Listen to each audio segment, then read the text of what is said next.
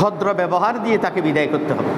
রমজান শরীফের রোজাগুলি সঠিক মতে আদায় করবে, হজ ফরজ হলে হজ সময় মতো আদায় করে নেবে, জাকাত প্রতি বছর হিসাব করে জাকাত ফরজ হলে জাকাত দিয়ে দিবে, দান সৎকা করবে, পরের হক আদায় করবে, স্ত্রীর হক আদায় করবে, মা বাবার হক আদায় করবে, সন্তানের হক আদায় করবে, পাড়া প্রতিবেশীর হক আদায় করবে, আত্মীয় স্বজনের হক আদায় করবে, বন্ধু বান্ধবের হক আদায় করবে, সমাজের হক আদায় করবে, দেশের হক আদায় করবে।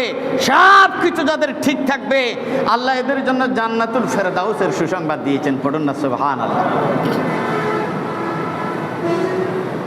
ওয়াতাওয়াসাউ বিল হাক্কি ওয়াতাওয়াসাউ বিস সাবরি, এবং যারা হকের উপরে অটল থাকে, মিথ্যার আশ্রয় নেয় না। ওয়াতাওয়াসাউ বিস সাবরি, যত বড় মুসিবত আসুক না কেন, যত বড় অভাব অনটন আসুক না কেন, দুঃখ দুর্দশা আসুক না কেন, সর্ব অবস্থায় সে সবর করে, সবর গুজারি বান্দা হয়। আল্লাহ পাক এই চারটি গুণ যাদের মধ্যে আছে তাদেরকে আল্লাহ জান্নাতের সুসংবাদ দিয়েছেন। যাদের ঈমান আছে এবং নেক আমল করবে, হকের উপরে যারা অটল থাকবে, আর যারা সবর এখতিয়ার করবে সব সময়, আল্লাহ তাদের জন্য সুসংবাদ দিয়েছেন। তাহলে এই আয়াতে করিমা থেকে আমরা জানতে পারলাম আল্লাহর এই সৃষ্টি জগতের মধ্যে আসমানের নিচে জমিনের উপরে সর্বশ্রেষ্ঠ মানুষ হলো আলেমে দ্বীনরা।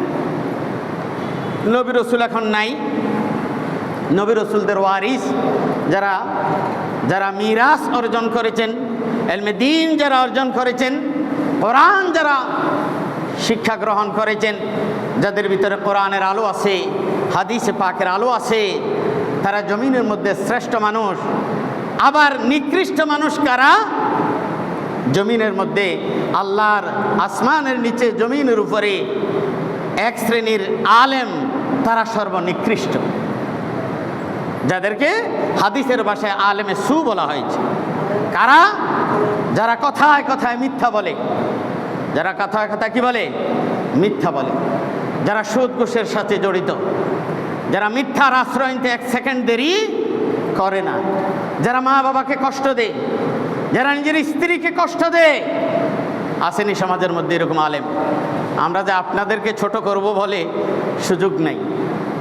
বাঙ্গালের মধ্যে, আওয়ামের মধ্যে যেরকম কিছু মানুষ আছে, কারণে অকারণে স্ত্রীকে কষ্ট দিয়ে মারধর করে, শারীরিক মানসিক অত্যাচার চালায়, আলেম এবং হাফেজদের মধ্যে এই ধরনের কিছু মানুষ আছে, আছে কিনা? এরা হলো নিকৃষ্ট জমিনের মধ্যে, এরা হলো কি? নিকৃষ্ট। আল্লাহ যেন আমাদের সবাইকে যেন এই নিকৃষ্ট আলেমে দ্বীনদের থেকে যেন আল্লাহ হেফাজত করে। সকলে বলুন আমিন। সালাতুন ইয়া রাসূলুল্লাহ আলাইকুম,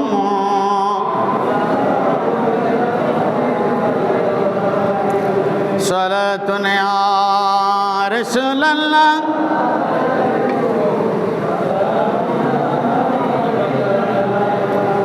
আমরা কোরবানি করেছি আল্লাহর সন্তুষ্টির জন্য। কার সন্তুষ্টির জন্য? আমরা পশু জবাই করেছি, পশুত্বকে আমরা কোরবানি দিয়েছি। আসলে আমার নিজের মধ্যে যে পশু চরিত্র আছে সেটাকে কি আমি কোরবানি দিতে পেরেছি? এটাই হলো আসল কোরবানি। শুধুমাত্র আমি গরু জবাই দিলাম, ছাগল জবাই দিলাম, বেড়া বকরি দুম্বা, তারপর মোষ কোরবানি দিলাম, গোশত খেলাম, এতেই কোরবানি সীমাবদ্ধ নয়। কোরবানির আসল হাকিকত হলো এই কোরবানির মাধ্যমে আমার মধ্যে যে পশু চরিত্র আছে সেই পশু চরিত্রকে যেন আমি দাফন করে দিতে পারি, আমি যেন জবাই করে দিতে পারি। আমার মধ্যে যে পশু চরিত্র আছে সেই চরিত্র যেন আমি না রাখি। তো এটাকে আমরা করতে পেরেছি? অনেকেই পারে নাই, অনেকেই পারে নাই। তো যাক, যে যেভাবেই কোরবানি আদায় করেছেন, কোরবানির হক কে কতটুকু আদায় করেছেন সেটা আল্লাহ ভালো জানে।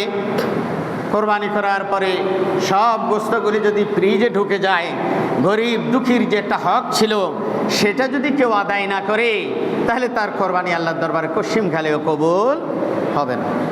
আমরা বিভিন্ন মিডিয়ায় প্রচার মাধ্যমে দেখতে পাই যে কিছু গরিব অভিযোগ করে বড় লোকের কাছে কিছু গোশতের জন্য গেলাম, দূর দূর করে তাড়িয়ে দিল, নাই নাই চলে যা, এরকম বলে তাড়িয়ে দিল। এরকম তাড়িয়ে দেওয়া যাবে না। সত্যিই যদি আপনার কাছে না থাকে, আপনার বন্টন শেষ, যেটা গরিব দুঃখীর জন্য 3 ভাগের 1 ভাগ রেখেছিলেন সেটা শেষ হয়ে গেছে, তাহলে অন্ততপক্ষে আপনি ভদ্র ব্যবহার দিয়ে তাকে বিদায় করতে হবে।